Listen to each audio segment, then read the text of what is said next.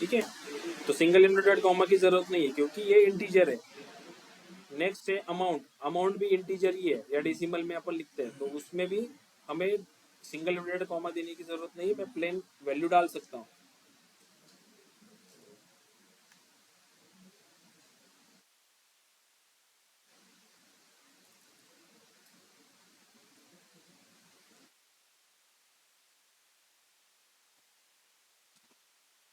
ये वैल्यू दे सकता हूँ ना मैं, राइट। इससे मैं इसको एग्जीक्यूट कर रहा हूँ,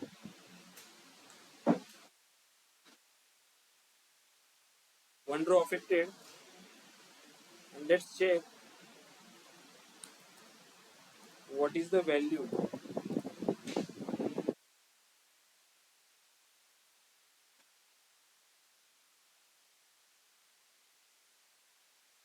See, मुझे जब फॉर्मेट देना होता है तो मैं ऑलवेज देता हूँ डे मंथ एंड ईयर के फॉर्म में, और आपकी सिस्टम के हिसाब से वो आपको ये दिखाएगा। अभी यहाँ पे ऑर्डर डेट देखो कैसे दिख रही है आपको, year then day and then month दिख रहा है, बट वो आपको जब आप फिल करते हो डेटा तब आपको वो डे मंथ एंड ईयर के फॉर्मेट में ही देनी होती है। ठीक है, अभी लेट्स से मैं इंसर्ट कर रहा हूँ वैल्यूज,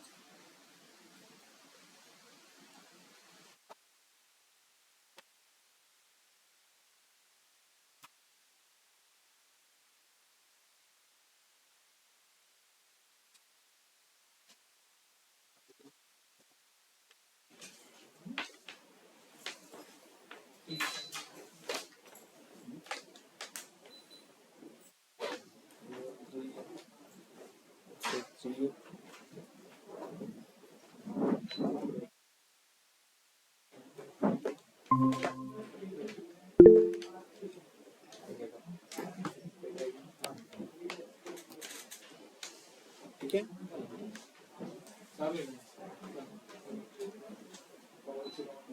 मैंने कुछ 3 रिकॉर्ड यहाँ पे इंसर्ट किए, 111, 112, 113 के लिए। अभी अगर मुझे ये पर्टिकुलर जो क्वांटिटी दिख रही है, ये क्वांटिटी अगर नहीं दे सकता, शेयर नहीं स्क्रीन, मेरा स्क्रीन नहीं दिख रहा है क्या online student?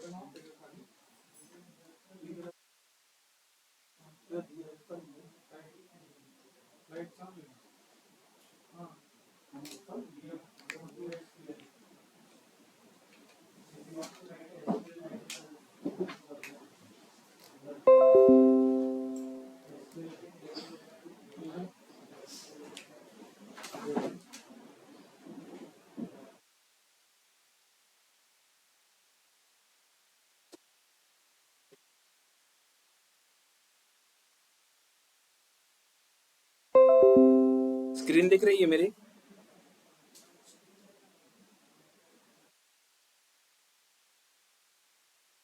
Online student screen दिख रही है क्या?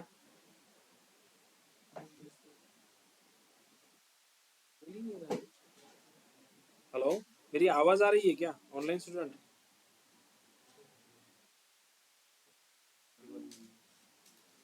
मैं म्यूट पे चला गया। Hello, am I audible? Yes, sir. Audible. Yes, sir. Now clear. Screen दिख रही है ना मेरा? Yes, sir. Yes.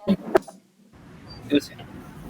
तो मैंने कुछ 3 रिकॉर्ड यहाँ पे इस टेबल में डाले हैं मेरे। अभी मुझे बताओ कि अगर ये जो क्वांटिटी है यहाँ पे, रिकॉर्ड नंबर जो थर्ड रिकॉर्ड है मेरा 1 से 13, इसकी जो क्वांटिटी है, ये क्वांटिटी मुझे 1 से 2 करनी है, तो मैं कैसे कर सकता हूँ?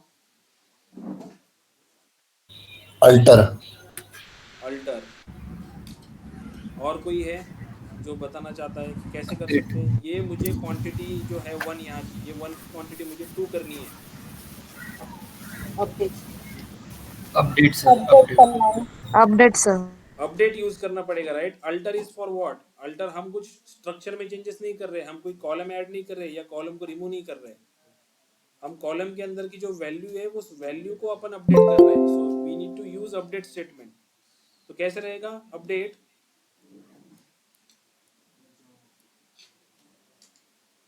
अपडेट टेबल में कौन बताएगा मुझे क्यूरी, ये क्यूरी देखिए ना हमने similar, update state update Amazon Amazon order order set quantity quantity equal to is equal to true, ये जो करनी है, where order ID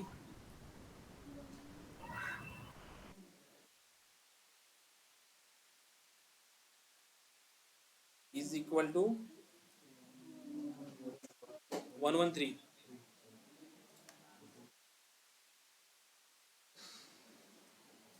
right, one row affected. अगर मैंने वापस टेबल को देखा, टेबल में वो वैल्यू अपडेट हुई है। ठीक है,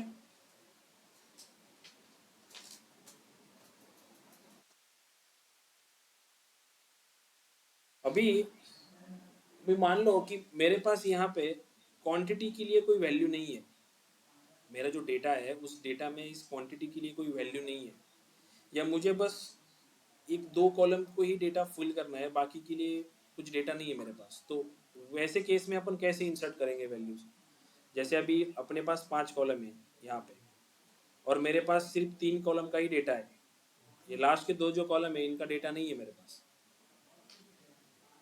तो यहाँ पे इंसर्ट इनटू अमेजन, इस वाले पर्टिकुलर, अगर मैंने लेट से मैं इसको कॉपी कर ले रहा हूँ, ठीक है, और एक नया रो मैं ऐड कर रहा हूँ जहाँ पे मेरे पास बस ये फर्स्ट 3 रिकॉर्ड जो है ना, इतना ही डेटा है, बाकी का डेटा नहीं है मेरे पास। तो मैं अगर इतने ही रोज को एग्जीक्यूट करूँ तो ये इंसर्ट होगा क्या, होगा? ये क्या आ रहा है, कॉलम नेम और number of supplied value does not match table definition. इसका क्या मतलब हुआ, जो 5 कॉलम थे तो आपको वैल्यू भी 5 देनी पड़ेगी, लेकिन मेरे पास नहीं है यहाँ पे वैल्यूज। तो एक वे है, जैसे मैं यहाँ पे अमेजोन ऑर्डर के बाद कॉलम्स के नाम पुट कर सकता हूँ। जैसे फर्स्ट वाला कॉलम कौन सा है अपना,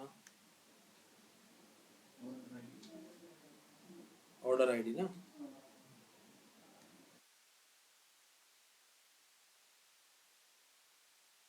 सेकंड वाला कौन सा है, order date,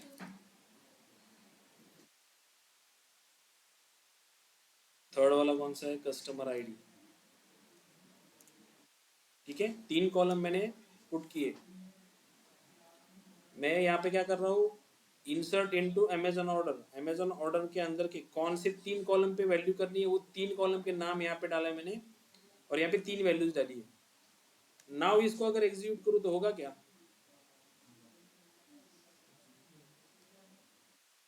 one row affected.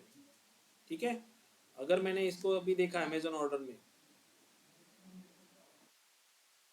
3 रो यहाँ पे दिख रहे हैं। तो इंसर्ट इनटू वैल्यूज या इंसर्ट करने के लिए हमने, हमारे पास 2 वे है। एक तो आप क्या करो, जितने आपके पास कॉलम है उतनी वैल्यू सप्लाइड करो, उसी सीक्वेंस के हिसाब से, जिस सीक्वेंस के हिसाब से आपने कॉलम बनाया है। अगर मैं यहाँ पे लेट से इस पर्टिकुलर जो ऑर्डर है, जैसे यहाँ पे ऑर्डर आईडी फर्स्ट है तो मैंने फर्स्ट लिया है, ऑर्डर डेट सेकंड है तो मैंने सेकंड लिया। अगर मैं ये ऑर्डर चेंज कर दूँ, लेट से हम एक और एक इंसर्ट करते हैं, लेट से मैं इसको कॉपी कर रहा हूँ, एंड लेट से मैं इस ऑर्डर आईडी को या इस ऑर्डर डेट को निकाल के फर्स्ट डाल रहा हूँ यहाँ पे। ध्यान दो मैं क्या कर रहा हूँ, देखो मैंने क्या किया, सीक्वेंस चेंज किया है ना अभी, ऑर्डर डेट पहले डाला है, ऑर्डर आईडी बाद में डाला है, कस्टमर आईडी बाद में डाला है, और मैंने लेट से यहाँ पे 115 नंबर डाला है। दिस 115 को मैं यहाँ से निकाल के यहाँ पे डालूँ। ठीक है, मैंने क्या किया, ऑर्डर डेट मैंने फर्स्ट डाला है, यहाँ पे जो सीक्वेंस से मैंने कॉलम दिए है उसी सीक्वेंस से मैंने यहाँ पे वैल्यू दी है, लेकिन मेरे जो मेन टेबल है यहाँ पे सीक्वेंस कैसा है, ऑर्डर आईडी फर्स्ट है देन ऑर्डर डेट है। इस केस में ये इंसर्ट होगा क्या, ये इंसर्ट होगा कि नहीं होगा, होगा।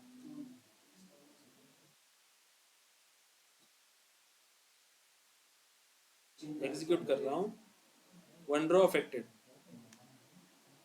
अगर मैं देखूं तो सी डेट के अंदर डेट आया हुआ है, ऑर्डर आईडी के अंदर ऑर्डर आईडी आया हुआ है। ऐसा नहीं हुआ कि ऑर्डर आईडी यहाँ पे डेट के अंदर चला जाए या इधर चला जाए। मैंने इंसर्ट इनटू यहाँ पे इस पर्टिकुलर कॉलम में, यहाँ पे जो मैं कॉलम्स के नाम दे रहा हूँ, यहाँ पे लेट से मैंने 2 ही कॉलम दिए और यहाँ पे 2 ही वैल्यू सप्लाइड की है according to sequence, this sequence, तो वो उतना ही इंसर्ट कर लेगा। तो 2 वेज है इंसर्ट करने के। फर्स्ट वे कौन सा, नंबर ऑफ कॉलम्स के हिसाब से उतनी क्वांटिटी, लेट से 5 कॉलम है तो मैं 5 वैल्यूज इंसर्ट करूं वैल्यूज के अंदर। अदरवाइज मैं अमेजोन ऑर्डर उस टेबल नेम के बाद मैं कॉलम स्पेसिफाई करूं कि कौन से कॉलम में मुझे वैल्यू चाहिए। ठीक है, मैंने जिस सीक्वेंस से वहां पे कॉलम नेम लिखूंगा उसी सीक्वेंस से मुझे वैल्यूज के अंदर ये वैल्यूज पुट करनी पड़ेंगी। अगर मैंने ऑर्डर आईडी फर्स्ट दिया है तो ऑर्डर आईडी के हिसाब से यहाँ पे वैल्यू देनी पड़ेगी। इस वाले केस में ऑर्डर आईडी मैंने सेकंड वाले कंडीशन, सेकंड वाले नंबर पे दिया है तो सेकंड वाले नंबर पे मैंने ऑर्डर आईडी की वैल्यू दी है। राइट, इसमें कुछ डाउट है तो करो इंसर्ट इनटू ये जो वैल्यूज है, ऐसे 2-3 रिकॉर्ड ऐड करो अपने टेबल में। फर्स्ट वाले में ऐड करो, बस 2-3 कॉलम ले लो अमेजोन ऑर्डर के बाद, देन वैल्यू सेक्शन में 3 वैल्यू पुट करो जिस ऑर्डर से आप कॉलम नेम ले रहे हो। देन दूसरा एक कॉलम, दूसरा एक रो ऐसे ऐड करो जिसका सीक्वेंस चेंज करो, उसी सीक्वेंस के हिसाब से यहाँ पे वैल्यूज दो।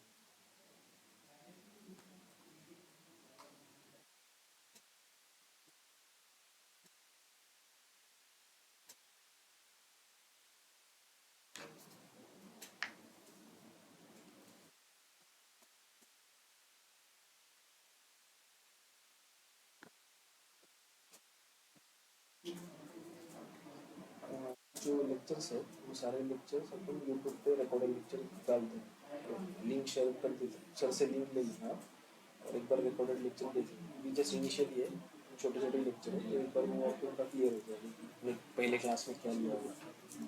ठीक है, लैपटॉप नहीं है आपके पास, है ना, आज लाया नहीं, ठीक है।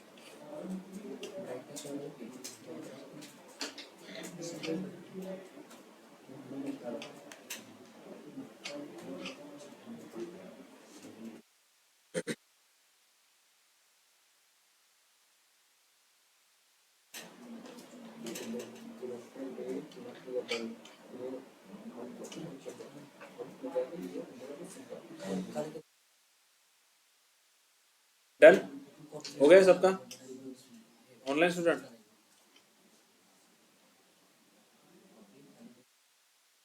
इंसर्ट किया वैल्यूज? बोलो ऑनलाइन Yes, स्टूडेंट, बोलो बोलो। sir. Done. हो गया ये नहीं हुआ अभी तक? कहाँ पे अटके हो? हेल्प चाहिए? समझा नहीं है?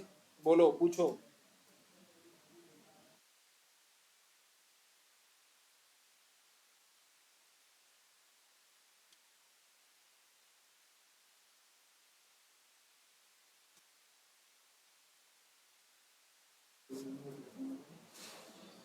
कुछ तो अपडेट दो मुझे, हुआ नहीं हुआ?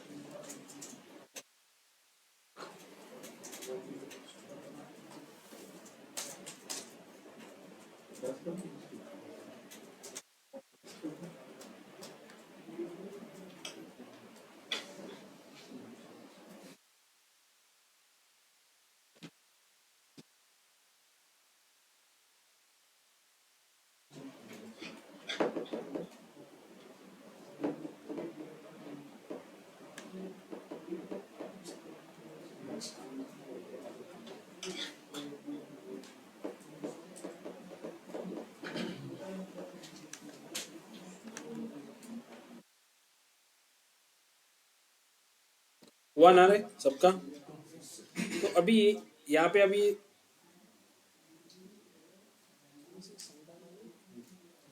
अभी यहाँ पे मुझे अगर इस पर्टिकुलर टेबल से ऐसे रिकॉर्ड निकालने हैं जिसमें क्वांटिटी नल है, ठीक है, या मेरी स्क्रीन पे जो क्यूरी लिख रही है, जैसे मैंने स्क्रीन पे एक क्यूरी लिखी है, इस पर्टिकुलर टेबल से जो रिकॉर्ड जो क्वांटिटी नल है वो मुझे डिलीट करनी है, तो इस केस में ये दो रो डिलीट होगे कि नहीं होगे? क्या लगता है आपको? ये क्यूरी जो मैंने लिखी ये बराबर है या कुछ गलत है इसमें? इसको अगर मुझे डिलीट करना है, ये जो नल रिकॉर्ड है ना, दो नल रिकॉर्ड मेरे पास है, इन दो नल रिकॉर्ड को मुझे डिलीट करना है, तो मैंने क्यूरी लिखी है delete from Amazon order where quantity is equal to null. ये क्यूरी आपको बराबर लग रही है या इसमें कुछ रॉन्ग लग रहा है? क्वांटिटी नल वाली जो होगी वो क्वांटिटी की डिलीट करेगी, लेकिन अमाउंट की डिलीट नहीं होगा शायद। नहीं, मैं रोज बोल रहा हूँ ना, मेरे को रो ही डिलीट करना है, मेरे को 4 और 5 रो डिलीट करना है। इन शॉर्ट ऐसा कंसिडर करो कि यहाँ पे 10-12 रो ऐसे है जहाँ पे नल है क्वांटिटी, मुझे सारे के सारे रो डिलीट करने हैं। तो मैंने अगर इस क्यूरी को एग्जीक्यूट किया तो let's say what happen,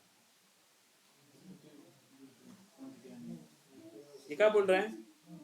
0 row affected, right? अगर मैंने ये क्यूरी वापस से एग्जीक्यूट किया, टेबल में ऑलरेडी वो प्रेजेंट है ना नल, वो तो गया ही नहीं। तो ये देखो, अभी अगर मैंने यहाँ पे क्या पण आता असं कन्सिडर करा की आता आपल्याकडे 2 रेकॉर्ड, पण लेट से 50 रेकॉर्ड आहे, आपण 50 वेळा आपल्याला अपडेटची क्वेरी लिहावी लागेल ना, बरोबर? सो तो एफिशिएंट वे नाही आहे. मग लेट से instead of this is equal to I can put is, null जे असतं, null can handle using this, quantity is equal to null नाही करत आपण, quantity is null, बिकॉज नल ला काही व्हॅल्यू नसते. आता मी जर हे एक्झिक्यूट केलं, आय विल एक्झिक्यूट दिस, काय म्हणते? 2 rows affected, right? Now if I run this query again, select query, तो नल की वैल्यू चली गई है। हमने क्या किया क्यूरी में, बस instead of is equal to हमने क्या लिखा है, इज नल लिखा है। नल हमें हैंडल करना है तो हमें ऐसे ही हैंडल करना होता है, ये सिंटैक्स है। अगर आपको नल हैंडल करना है आपके टेबल के अंदर तो आपको is equal to, greater than वगैरह उसको नहीं देना पड़ता। अरिथमेटिक या कंपेरेटिव जो ऑपरेटर्स होते हैं वो लागू नहीं होते नल को, क्योंकि नल एक ऐसी चीज होती है जिसमें कोई वैल्यू ही नहीं होती, इसलिए उसको आप इज इक्वल टू नहीं लगा सकते। हमें क्या लगाना पड़ेगा, इज नल करना पड़ेगा। तो लेट्स से मैं इन रोज को वापस से एग्जीक्यूट कर रहा हूँ, ठीक है, इन रोज को अब वापस एग्जीक्यूट कर रहा हूँ।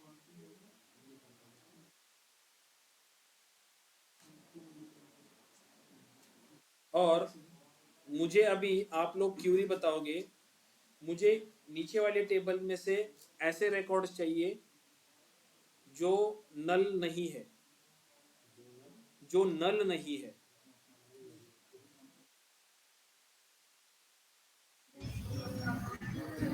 So quantity is not null.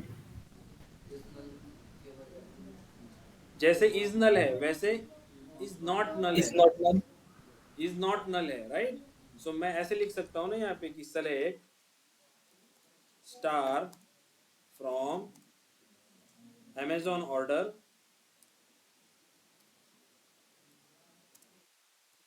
क्या देना पड़ेगा, वेयर, वेयर कंडीशन देनी पड़ेगी हमें, राइट। जैसे हम डिलीट के लिए वेयर यूज करते हैं वैसे पर्टिकुलर रिकॉर्ड्स अगर हमें टेबल्स के अंदर के फेच करने हैं then we can use where command.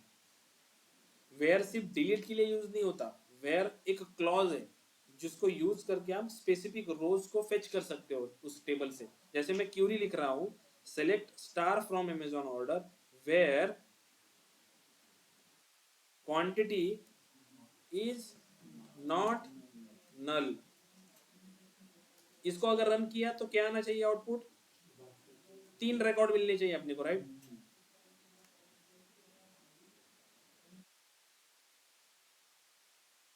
कितने रिकॉर्ड मिल रहे हैं, 3 रिकॉर्ड मिल रहे हैं। अभी कोई रो इफेक्ट नहीं हो रहा है, ऐसे करके विंडो नहीं आ रही है अभी, क्योंकि मैंने कौन सी यूज किया, सेलेक्ट स्टेटमेंट यूज किया हुआ है। मैं क्यूरी कर रहा हूँ, ऑलरेडी एग्जिस्टिंग टेबल से मैं क्यूरी कर रहा हूँ, सेलेक्ट स्टेटमेंट यूज किया है तो डायरेक्टली मुझे आउटपुट दिखेगा यहाँ पे, ठीक है। अंडरस्टैंड है, ये समझ है। नल इज नॉट नल, नल बहुत इंपॉर्टेंट थिंग होती है, इसके ऊपर आपको इंटरव्यू में हमेशा क्वेश्चंस पूछते हैं। नल वगैरह वैल्यू देंगे आपको, नल फेच करने के लिए बोलेंगे, नल निकालने के लिए बोलेंगे, ऐसे कुछ ट्रिकी क्वेश्चंस पूछेंगे। तो ये कंसेप्ट हमें क्लियर होनी चाहिए कि नल हमें कैसे हैंडल करना है, ठीक है। अभी लेट्स से मैं वापस से टेबल को रन कर रहा हूं। अगर मैं अभी select star from Amazon order करता हूं तो इसमें कितने रिकॉर्ड आने चाहिए, मैं ये क्यूरी रन करूंगा select star from Amazon order, तो कितने रिकॉर्ड आने चाहिए, 3, 3 रिकॉर्ड या 5 रिकॉर्ड, 3, किसको किसको लगता है 5 रिकॉर्ड, 5 रिकॉर्ड, 5 रिकॉर्ड। 3, आपको कितना लगता है, 3 रिकॉर्ड, आपको 5। 5. ये जो मैंने क्यूरी की ना select star from Amazon order, ये क्यूरी बस मैंने रिकॉर्ड देखने के लिए किया हुआ है, मैंने टेबल को टच नहीं किया। अगर मैंने वापस इस क्यूरी को रन किया तो उस क्यूरी में ऑलरेडी 5 रिकॉर्ड है, मैंने बस इस पर्टिकुलर टेबल से कुछ रोज निकाले थे, ठीक है।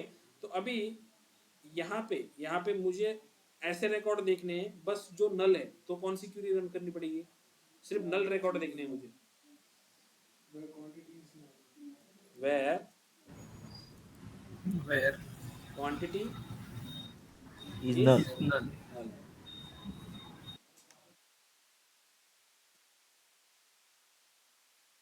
ठीक है, 2 रिकॉर्ड मिल गए मुझे, क्लियर है ये, कुछ डाउट इसमें। इंसर्ट के 2 way, different ways values put करने के, and then this where clause important है अलोंग विथ नल। बाद में हम नल को वापस से क्यूरी में कैसे हैंडल करते हैं इसको एक बार वापस से देखेंगे। उस टाइम पे मैं डायरेक्टली यूज करूंगा इज नल या इज नॉट नल, उस टाइम पे ऐसे मत बोलो कि सर ये कैसे यूज किया, ठीक है। ये कंसेप्ट हम अभी इसीलिए ले रहे हैं, टाइम इसलिए दे रहे हैं क्योंकि ये रूट से इसको हम क्लैरिफाई कर सकें। ठीक है, is not null, is null, ये इंपॉर्टेंट कंसेप्ट है।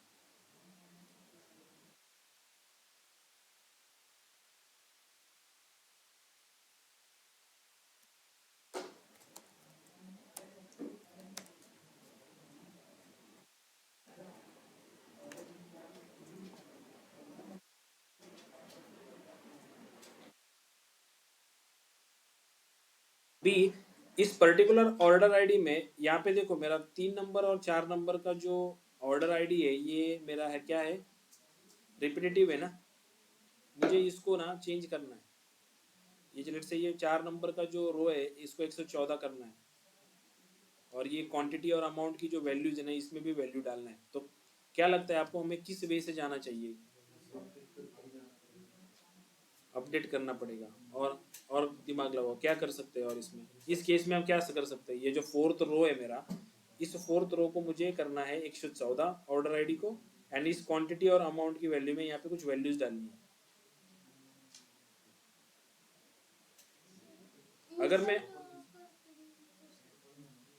ऐड कॉलम,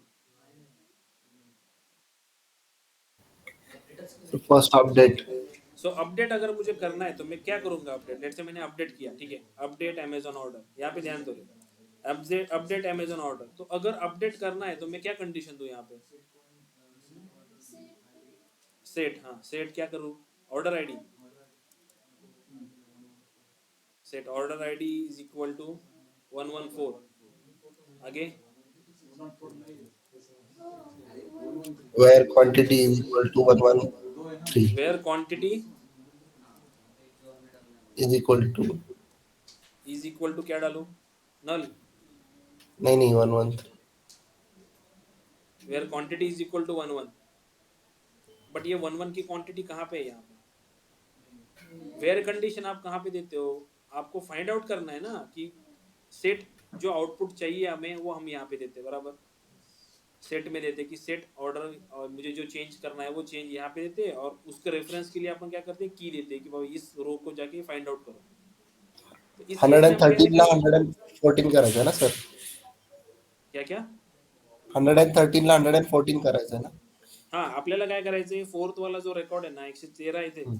याच्याऐवजी हा आपल्याला मग 114 करायचे, आता आणि 13 येणार क्वांटिटी ना आणि सर इथं? अमाउंट मध्ये व्हॅल्यूज टाकायचे। हा. पहिला अपडेट करताना आता 113 येणार ना सर खाली? Where quantity is equal to 113. त्याचं 114 चं. नहीं, आपकी आवाज नहीं आ रही है। Hello. Order ID Order ID equal to 113. 113 येणार ना sir order ID? Where order ID is equal to 113, yes. 113 ऐसे। येस. तो इस अगर मैं इसको अपडेट करता हूँ तो ये अपडेट नहीं होगा, येस सर. हाँ. ये थर्ड वाला भी अफेक्ट करेगा ना। येस इसको अगर 114 कर रहे हो तो इसकी भी तो ऑर्डर आईडी 113 है। Correct. So insert into an order. And बोल के sir and quantity equal to okay,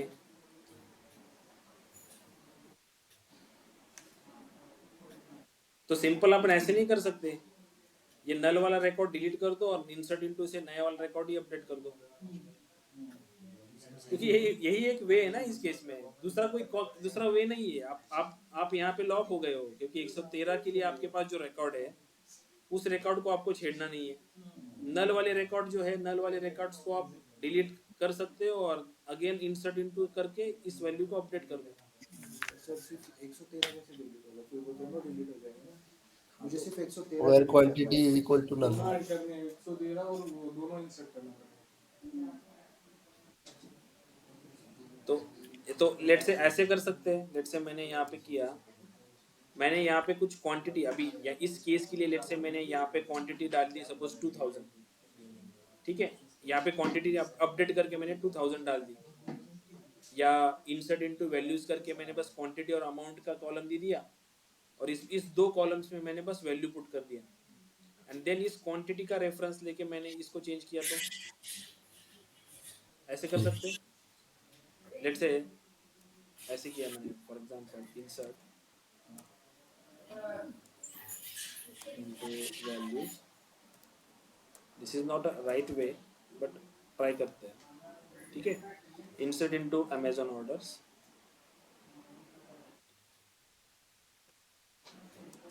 यहाँ पे मैंने डाला quantity and then amount, and values के सेक्शन में मैंने डाला लेट्स से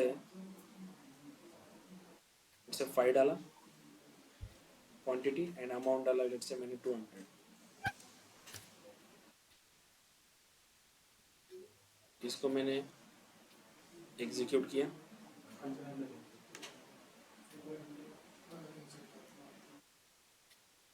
ठीक है। ये क्यों गया नीचे, ये क्यों गया नीचे, क्योंकि ये क्या होगा, एक नया रो ही लेगा, राइट। क्योंकि यहाँ पे अपन क्या क्या मेंशन कर रहे हैं कि क्वांटिटी और अमाउंट दो ही वैल्यूज दे रहे हैं, एंड बस दो वैल्यूज को पुट कर रहे हैं, तो वो क्या करेगा, वो एक नया रिकॉर्ड लेगा, उसको कुछ लेना देना नहीं है कि आप ऑर्डर आईडी दे रहे हो या ऑर्डर डेट दे रहे हो, वो सिंपली क्या करेगा, एक नया रिकॉर्ड ही यहाँ पे देगा। सो बेस्ट वे क्या रहेगा, हम इस नल को रिमूव कर दें एंड फिर एक वैल्यूज इंसर्ट कर दें यहाँ पे, ठीक है। सो मैं यहाँ पे करता हूँ delete from Amazon order where quantity is नल,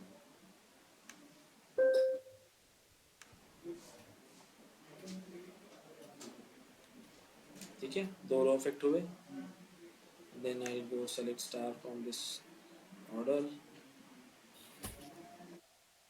इसको भी निकाल देते हैं, जैसे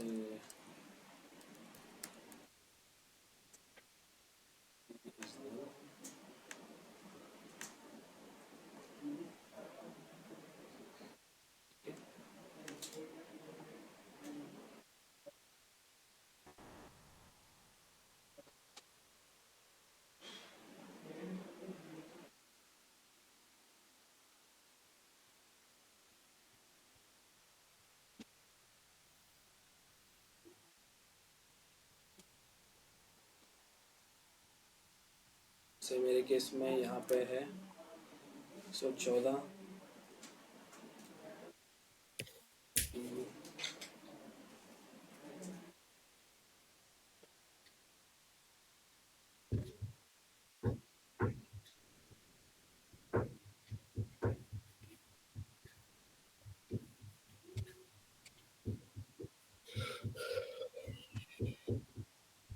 ठीक है। सो अभी एक न्यू कंसेप्ट है आगे, इसको एक बार देख लेते हैं, ठीक है। तो मेरे पास अभी लेट्स से यहाँ पे मैंने कुछ टेबल्स में डेटा पुट किया है अभी के लिए। अगर let's open Excel,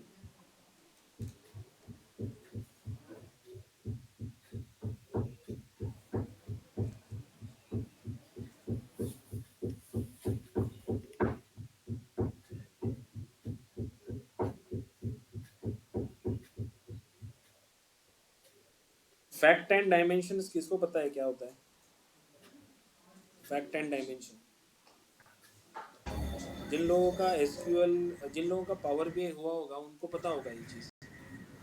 I think DS7 का पावर Yes, बीआई sir. झाले ना तुमचा, तो DS7 वालों को तो पता होगा फैक्ट एंड डायमेंशंस क्या होते हैं। Yes.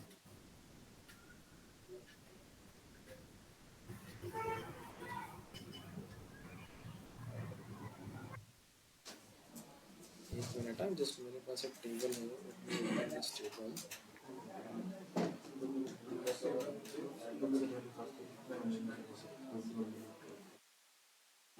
कोई बात नहीं, अपन नहीं बनाते।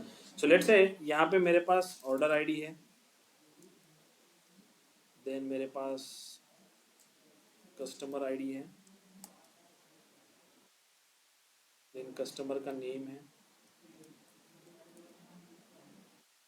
ठीक है।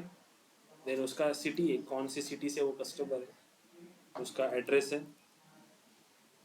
पिन कोड है, देन क्वांटिटी है, देन प्रोडक्ट का आईडी है। ये सारी इन्फॉर्मेशन हम कोई भी चीज़ ऑर्डर करते हैं, हम वही पे अमेजोन ऑर्डर पे, तो ये सारी इन्फॉर्मेशन होती है ना। प्रोडक्ट का नाम भी होता है, देन उसका कोई मॉडल भी होता है ना प्रोडक्ट का, ये कौन सा मॉडल है प्रोडक्ट का, राइट। देन उसका ब्रांड भी होता है, उसकी एक अमाउंट भी है मेरे पास। तो इतने सारे कॉलम मेरे पास है, ठीक है। So let's say first order ID है 100, कस्टमर आईडी है उसका कुछ support, let's say Rahul 123, customer का नाम लेट्स से राहुल भगत है, सिटी लेट्स से पुणे है, कुछ इन्फॉर्मेशन भरते हैं, एड्रेस भी लेट्स से मैं पुणे ही डालता हूँ, और पिन कोड कुछ रैंडमली डाल देते हैं, क्वांटिटी लेट्स से 2 है, प्रोडक्ट का आईडी लेट्स से है प्रोडक्ट 1, नेम है उसका let's say earbuds, model let's say है फिलिप्स, लेट्स से 1-2 समथिंग कुछ मॉडल है, और इसका ब्रांड है फिलिप्स। बराबर इंफॉर्मेशन भर रहा हूँ मैं। लेट्स से अमाउंट है कुछ 1500। अभी इस केस में लेट्स से मेरे पास ये जो टेबल है, ये टेबल की जो वैल्यूज है ये बहुत बड़ी है ना, मतलब बहुत बड़ा टेबल होगा ये।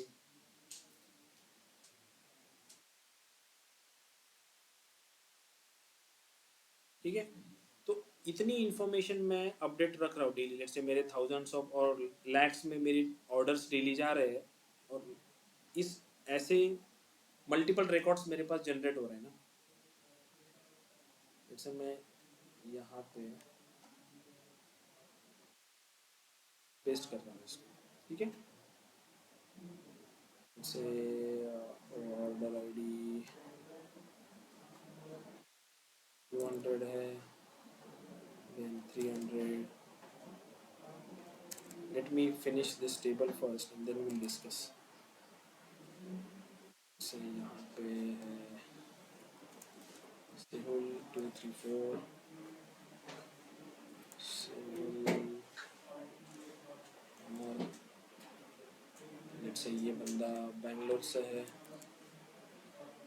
सिटी भी बैंगलोर ही है इसका, पिन कोड लेट्स से 45123 कुछ समथिंग है, इसने कुछ प्रोडक्ट 2 मंगाया था, से इसने ट्रिमर मंगाया है,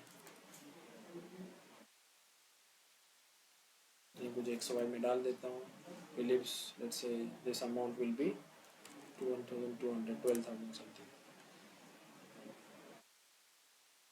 अगेन ये वाला जो रिकॉर्ड है, इस वाले रिकॉर्ड को मैं sorry,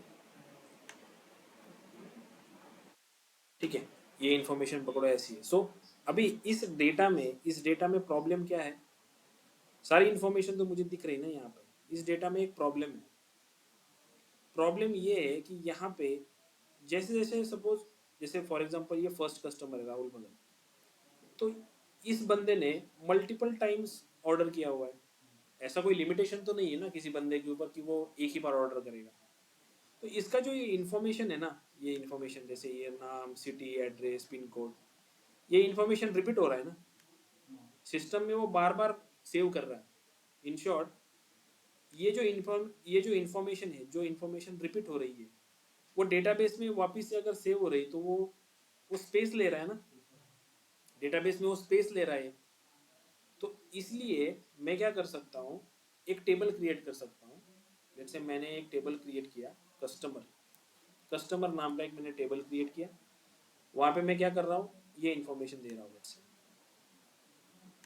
customer ID, city, pin code, ये जो इन्फॉर्मेशन है ना, ये इन्फॉर्मेशन का मैंने एक यहाँ पे टेबल क्रिएट किया, ठीक है।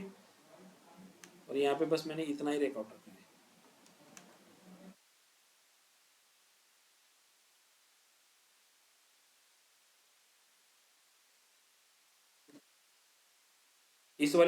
इसमें मैंने एक टेबल क्रिएट किया जहाँ पे मैं हर एक कस्टमर का डिटेल रख रहा हूँ बस कि उस कस्टमर का आईडी क्या है, उसका नाम क्या है, लोकेशन क्या है, जो इन्फॉर्मेशन मुझे यहाँ पे मिल रही है, ठीक है।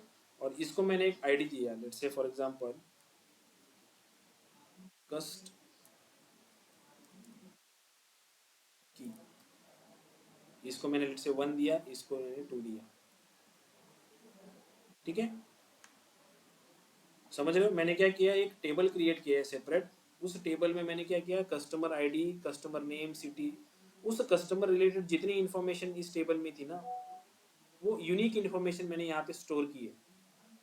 अभी नेक्स्ट टाइम पे इस टेबल में मैं इंस्टेड ऑफ दिस, ये जो कस्टमर आईडी से लेके पिन कोड तक का जो मेरा इंफॉर्मेशन है, इसको मैं डिलीट कर रहा हूँ,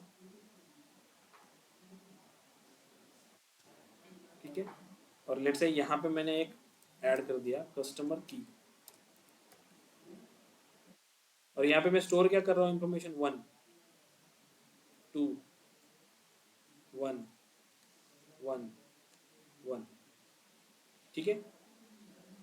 अगर मैं इस टेबल को अभी देखूं तो इस टेबल में नंबर ऑफ कॉलम्स जो हुए कम हुए, जो रिपीटेटिव इंफॉर्मेशन थी, जो मैं बार बार उस पर्टिकुलर कस्टमर के लिए जो मेरी रिपीटेटिव इंफॉर्मेशन थी, वो इंफॉर्मेशन स्टोर हो रही है क्या अभी कहीं पे, राइट। मैं क्या कर रहा हूँ, अगर लेट से उस कस्टमर का वापस से उसने ऑर्डर पिट किया तो यहाँ पे उसका इसको रेफर करके वो 1 ले लेगा।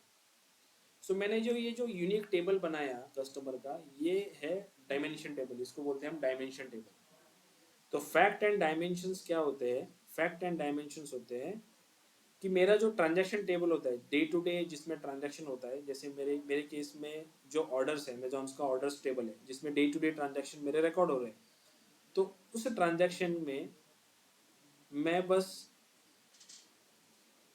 उस ट्रांजैक्शन में क्या कर रहा हूँ मैं, तो इस ट्रांजैक्शन को मैं फैक्ट टेबल कंसिडर करता हूँ या ट्रांजैक्शन टेबल कंसिडर करता हूँ। और इस टेबल के अंदर में जो मैंने रिपीटेटिव इन्फॉर्मेशन हो रही थी, उस रिपीटेटिव इन्फॉर्मेशन का मैंने एक सेपरेट रेफरेंस टेबल क्रिएट किया है।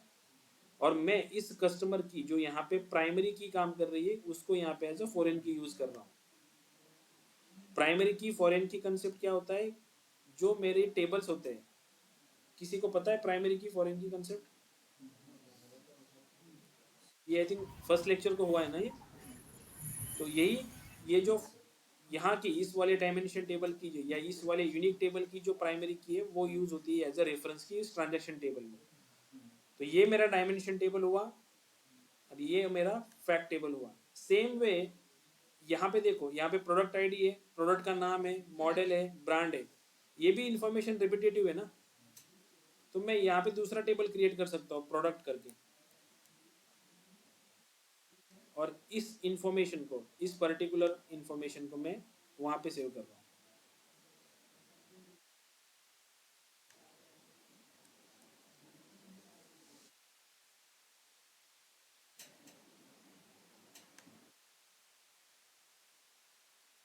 ठीक है, यहाँ पे मैं कॉलम ऐड कर रहा हूँ प्रोडक्ट की, और प्रोडक्ट के इस पर्टिकुलर आईडी के हिसाब से, जैसे ये जो आईडी है इसके हिसाब से मैंने क्या किया, उसको नंबर दे दिया, जैसे ये 1 है, ये 2 है, वैसे मैंने इसको रिमूव कर दिया।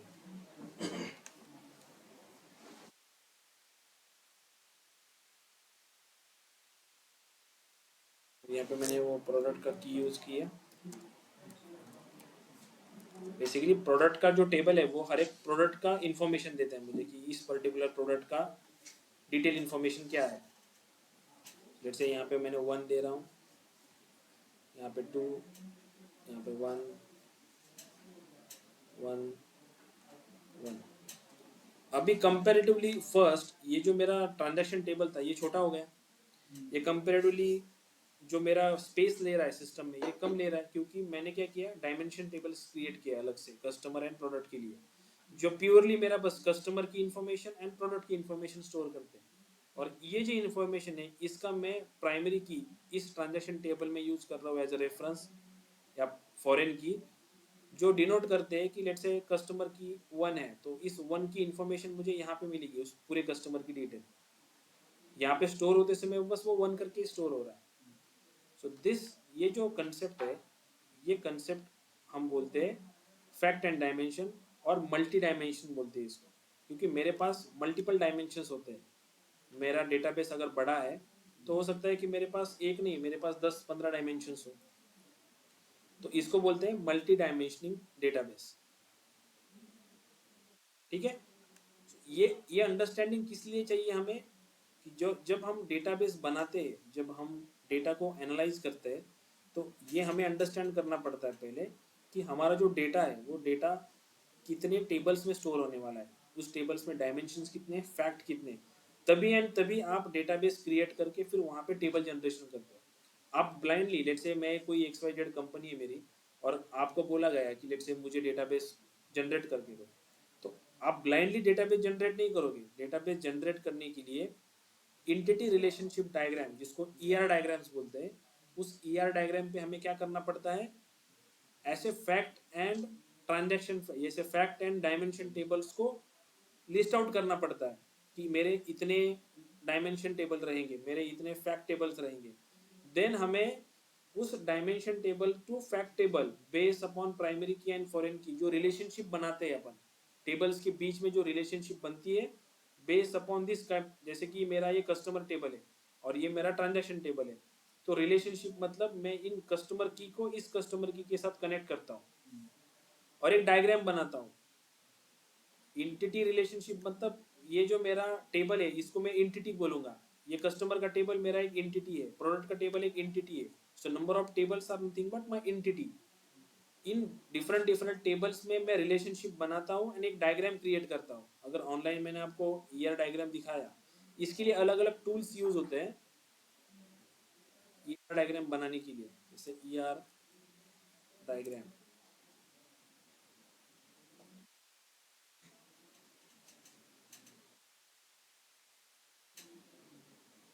कोई भी ले सकते हो आप, ये लेते हैं, सिंपल है अंडरस्टैंडिंग के लिए।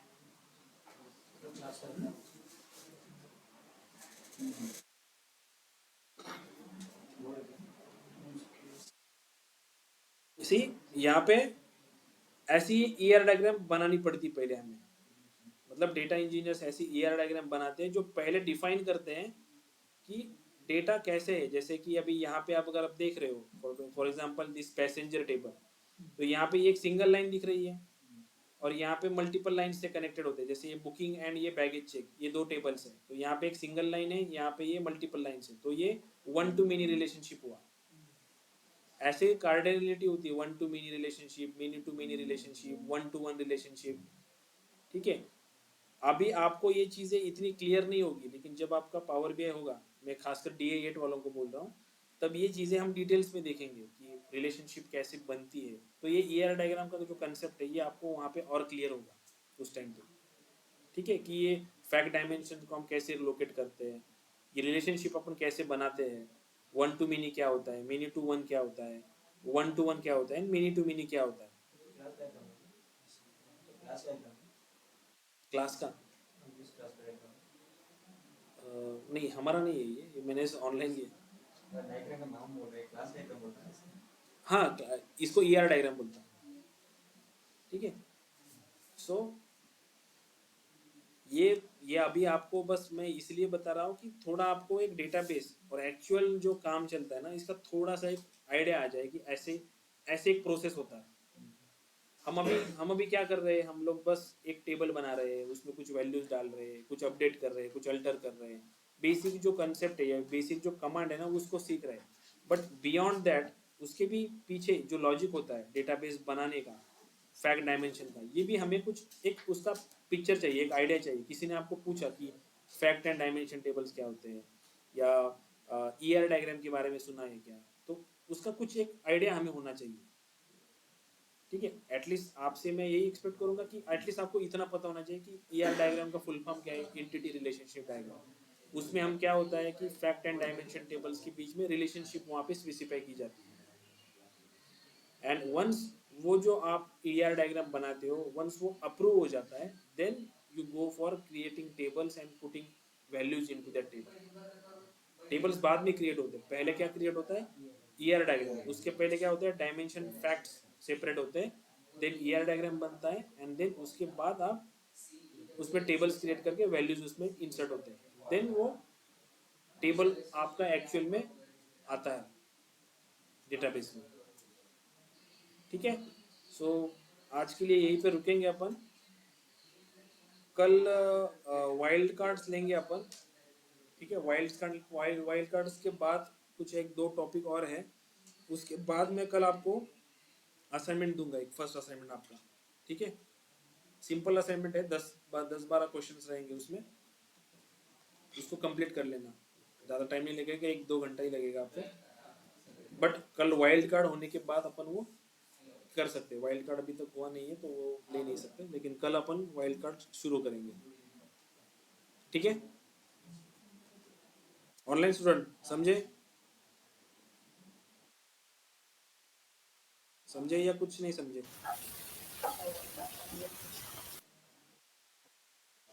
है ना ऑनलाइन स्टूडेंट सारे? ये चले गए?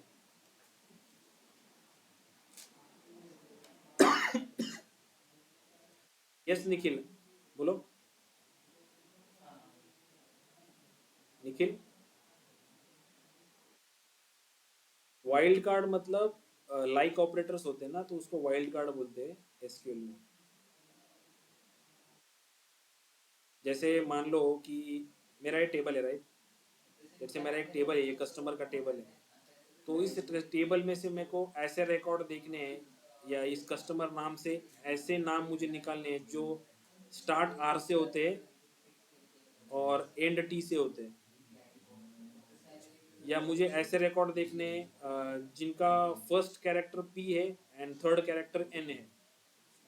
आप स्पेसिफिक कंडीशन देके कुछ फिल्टर आउट कर सकते हो डेटा, तो वो अपन वाइल्ड कार्ड में कर सकते हैं, तो वाइल्ड कार्ड अपन कल देखेंगे। ठीक है, उसको अपन लाइक ऑपरेटर्स भी बोलते हैं। ठीक है निखिल, आपने हैंड रेज किया हुआ है, इसलिए मैं पूछ रहा हूँ आपको, कुछ डाउट है क्या? अच्छा, मुझे याद कुछ नहीं किया। चलो ठीक है, दिन फिर मिलते हैं कल अपन। ओके,